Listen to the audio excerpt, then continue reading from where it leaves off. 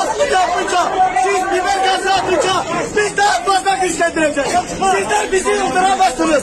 Sizler bizi cezaevleriyle, gözaltılarıyla bizi korkutamazsınız. Biz buradayız.